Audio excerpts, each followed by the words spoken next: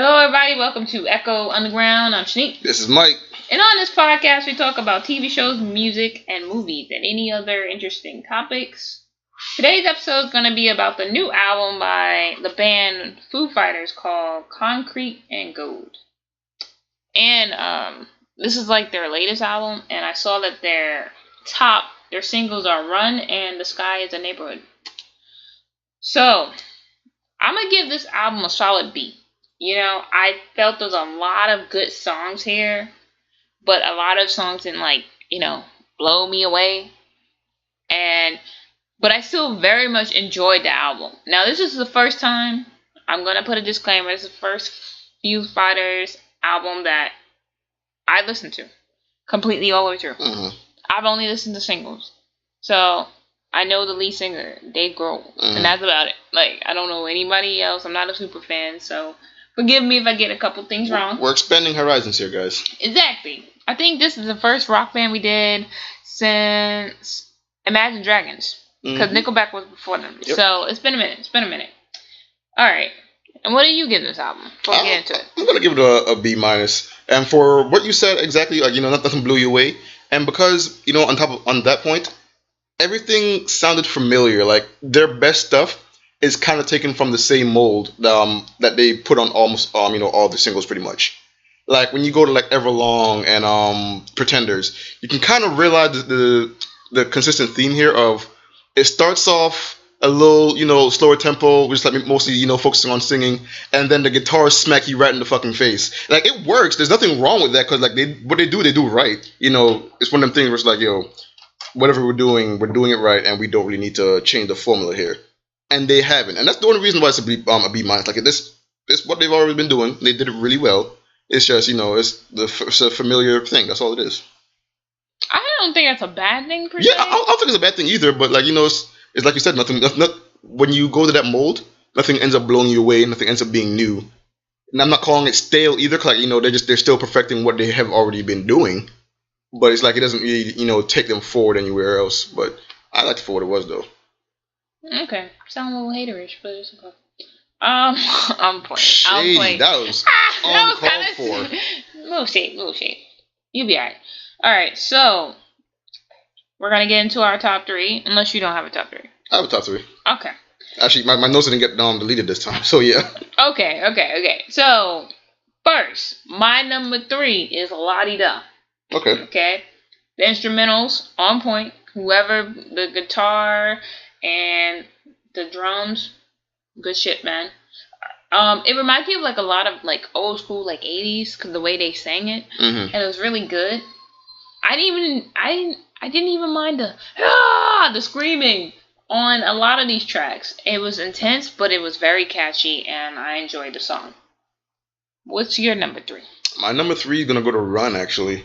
For a similar reason, I think this is the formula. It sounds like still like old school rock that's still like in transition, and the part where when you listen to like dubstep where the beat drops, where the guitar kicks in was hella dope in this song right here.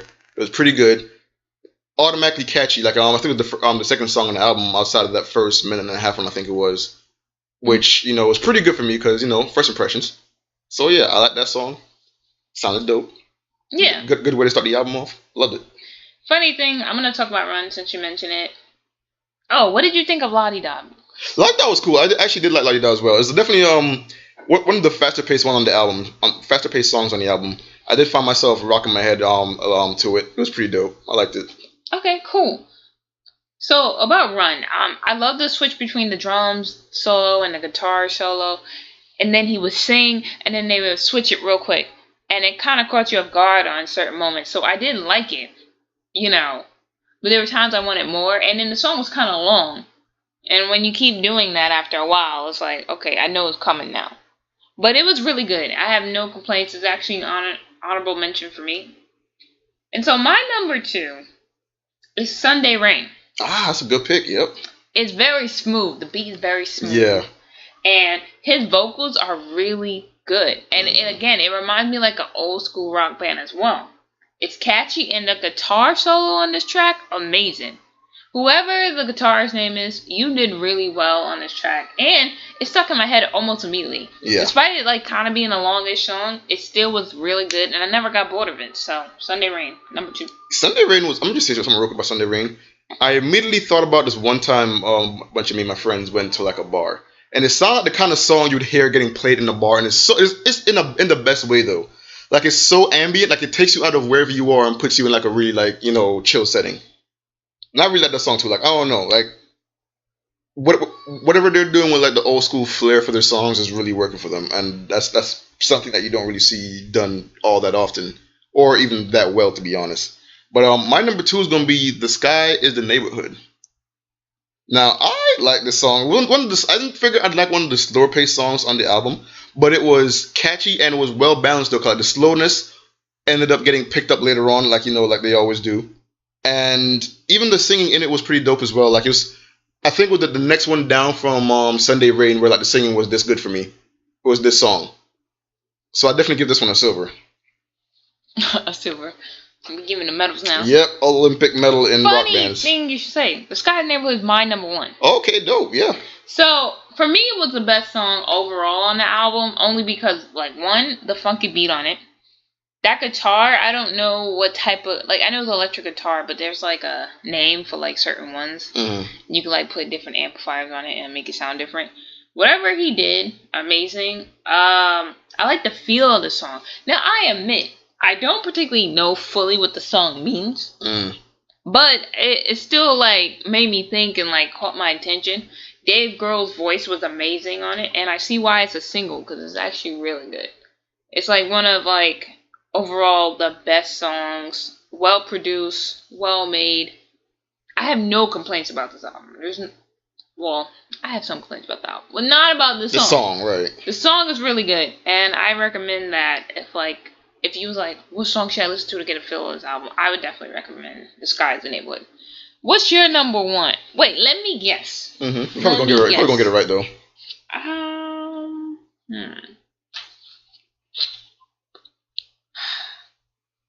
Alright, I'm going to take a shot in the dark and say, "Make It Right." That's my number 1. Yes!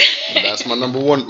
What's weird is, I actually started off, when I first started listening to the song, I was complaining about the volume being so weird about, like, it sounded like the guitar was getting played far away from you in the beginning, but I kind of figured how the formula worked. I know I'm going to keep, sound like a broken record here. Know how the formula worked, I knew something was going to hit me really hard, and it did.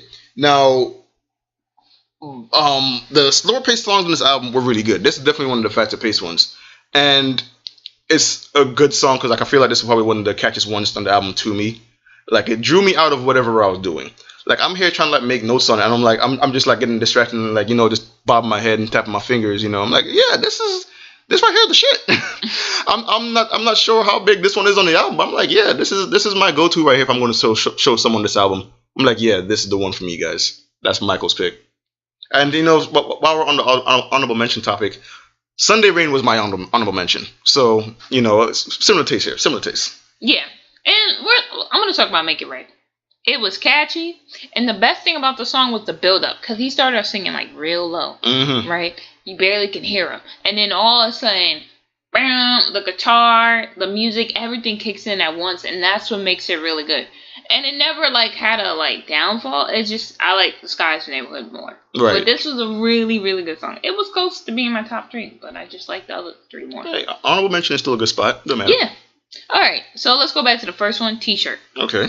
I wanted T-shirt to be longer, because I was feeling it. Mm-hmm. And I liked the switch, because it started off like, la, la, la, then it was like, ah, and then it was, like, really good. It had probably one of the best guitar solos on this entire album. But it was too short. So I had to, I couldn't mess with it. Like, I don't understand if they labeled this at the intro or something like that, because that's really what it felt like. Because I honestly wanted more of it too. The first, it really feel like, as small that song was, it felt like it was 2 songs. Like, the first part where he was singing was completely different after the instruments kicked in. And I was like, dude, this is dope. You could, like, expand on that. But I'm like, you know what, considering how the quality of the rest of the album went with the other songs, I'd agree that, fine. It should have been labeled an intro, but I don't feel like I missed out on too much now that everything else made up for it.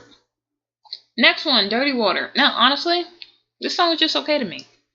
I don't really I guess I just wasn't feeling it that much, you know. I don't have really much to say about Dirty Water. I just thought it was okay. It wasn't not even close to being the best song on the album, but I liked it better than. There's only one song on this album I was really, really not feeling, but Dirty Water was not it. I don't know if we have the same song, but we probably do. Yeah. I just thought Dirty Water was okay. What did you think about Dirty Water? Dirty Water was interesting to me because I wanted to like it, but it was like, I don't know. Don't get me wrong, the Foo Fighters and Dave Grohl, they're like an awesome band. I feel like this is where that fluff started to come in, where it's like pad. We need to fill out this album somewhere. And maybe if I listened to it a little bit deeper, I'd have found something I could have liked. But it's like Shanique said, it's kind of by the wayside here. Everything else is like such good quality that it's like. You kind of forget all the good songs and focus on all the great ones, you know? Yeah. Next one, Arrows. Again, this song was pretty good. It was better than Dirty Water for me. But, again, another good guitar solo.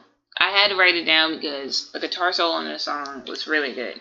It was just decent. And again, I'm not really sure what Arrows means, like the songs. Like, I couldn't really catch some of the meaning. But, overall, I thought it was okay. Pretty decent. What about you? When I first saw the title of this, I was thinking of what's his name, the other guy, Rag and Bone Man's Arrow. I was like, hey, that song's a cool song. I don't know why. I don't even know I'm telling you this. Anyways, moving on.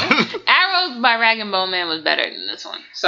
Sorry, Foo Fighters. Hey, here's how I feel about this one though. I actually really liked it because this, honestly, if there was an honorable mention behind an honorable mention, I'd give it to Arrows. Because like this song was also really catchy for me. I actually did not mind it. The chorus is pretty dope. I don't the verse is short. They leave something to be desired.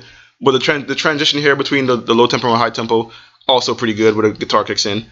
Whatever that is just one thing they do always right. Like even with Dirty Water, I feel like they did that right. Yeah, when they come with their guitar, it's always on point. You never why the hell is this here? You know, bring me more. Yeah, it was cool. And Arrows is pretty good. That's like I said, it was the next catchiest song to me on my list. Behind my honorable mention. So, yeah, that's how I kind of feel. Alright, and here's a song I didn't really like the most. Happy Ever After. Oh, okay. Now, it's kind of boring to me. Like, I don't know what it is. It's just kind of boring. The slowdown. Actually, what I will one positive comment I would say about it. I love the acoustic feel of it, right? Because I don't mind acoustic songs, you know? Mm-hmm. Their voice is really good. I thought his voice was really good, but after a while, because it was so long, it got boring for me. The song got boring. If they would have cut maybe like 30 seconds or 40 seconds off, I would have been more okay with this song. But otherwise, I was like, eh. It was weird for me because like the guitar transition that they did in all the other songs were good, but I feel like the song transition here was just bad. Like because I'm coming off of Arrows and I'm up now. Like my hype level is steadily at like a 80 to 90%, ride right here. Like I'm good. And then this song comes and like just slows me down. And exactly I don't know. That. Just slow him down. I do kind of agree that it was kind of a boring one too. I'm like, it kind of sounded like a weird, like acoustic indie type song that someone just sang to like, I'm not even sure where I'm going with this. I don't know. It just wasn't good for me. I don't know where you're going either. I was like, what? I'm just not so positive on this one, but it's alright though. I think everything else kind of like made me feel okay about this. This is one of the ones definitely alongside with Dirty Water that can go by the wayside for me at least. Like I don't mind David Grohl taking the tempo down because he did that perfectly with Sunday Rain. Yeah. But like this one is where it missed the mark. Like slow tempo didn't work here, but it did work there. Okay, another one. The next one, The Line. Now here's the thing about The Line. As the song kept going, I started to like it more. When it first started, I was like, ooh, no, we're not going in this album strong. Which, by the way, I don't think they did. But I'll go into that. Good vocals, pretty catchy, very easy to listen to, and it has a very old school feel. You know what I'm saying? Yeah. And so, this is a song that just got better for me. And if it would have got better quicker, it would have been higher up on my list. So what do you think about The Line? I just thought it was just okay for me. It was another one of them things like Dirty Water for me. Was like I don't hate it, but I don't love it. Yeah. Like it's here. It's just padding, which kind of sucks because I feel like the first half of this album like completely outshone the last half, especially considering how it ended. And I was just like, the transition between after like arrows to the end of the album, it's just kind of weird for me. Like the line is okay, but I was still hoping to get back up. Like I was ready to like be like, yeah, I can't believe this shit. Like, yeah, I want to love it as much as I loved Sunday Rain or Make It Right or Scott's Neighborhood. I was ready, and then it didn't, and I was really hoping to regain my momentum, and I'm pretty sure that after Arrows, all the momentum, looking back at it now, after that song, my momentum pretty much disappeared. So yeah, that's kind of where I'm at. Okay, and now the last final song, closing off the album with the title song, Concrete and Gold. Now, here's my issue with this song.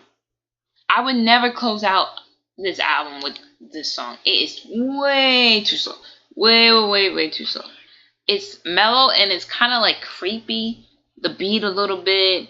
And it reminds me of like when they're searching for the monster in Scooby-Doo and they try that little ghost sound in the background. That's exactly what the song reminds me of, which I don't think that's a good thing.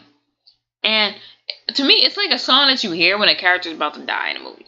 Exactly. I feel that. So it wasn't. I'm not sure it was a good closer. Like maybe if it was arranged differently, maybe I would like it more.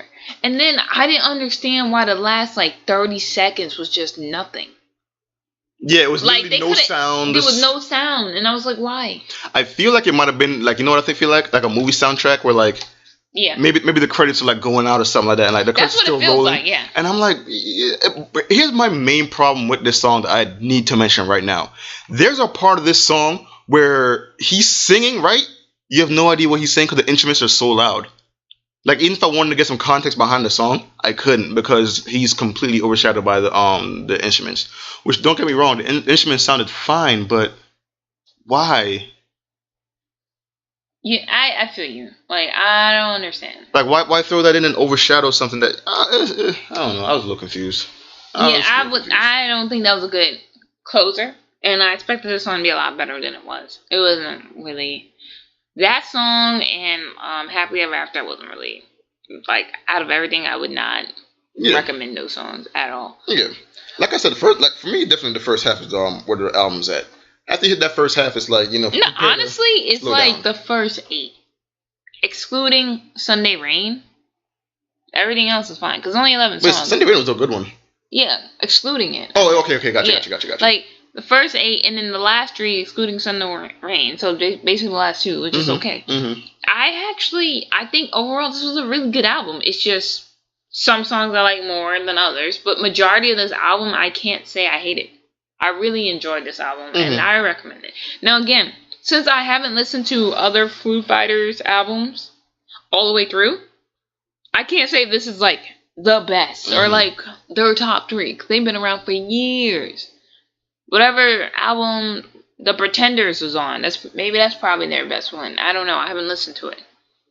Maybe one day we'll do a throwback and listen to one of the old albums. Yeah, sure thing. Maybe one day. Because this definitely comes from 2 folks who are on the outside looking in here. So this is not only singles. This is not an objective description of this album. This is just opinions here. Like this is, I don't know. I think it's objective. I mean, we have nothing to base it on. Well, yeah, that's what I'm saying. I'm saying this definitely You said not objective, so I was like. Objective means like it's factual. Like we're not speaking facts here. It's subjective, meaning subject to our opinion. Okay, like we're only standardizing it as like if you're on the outside, this is our opinion to let you know that if you're not really on rock, I know we do mostly hip hop and R&B stuff on our channel. On the podcast. Sorry, this is not YouTube. We have that though, but this is not. Yeah, about this. Yeah, well, yeah. I don't know. It's on the outside looking in, so that's definitely at least where my opinion is coming from.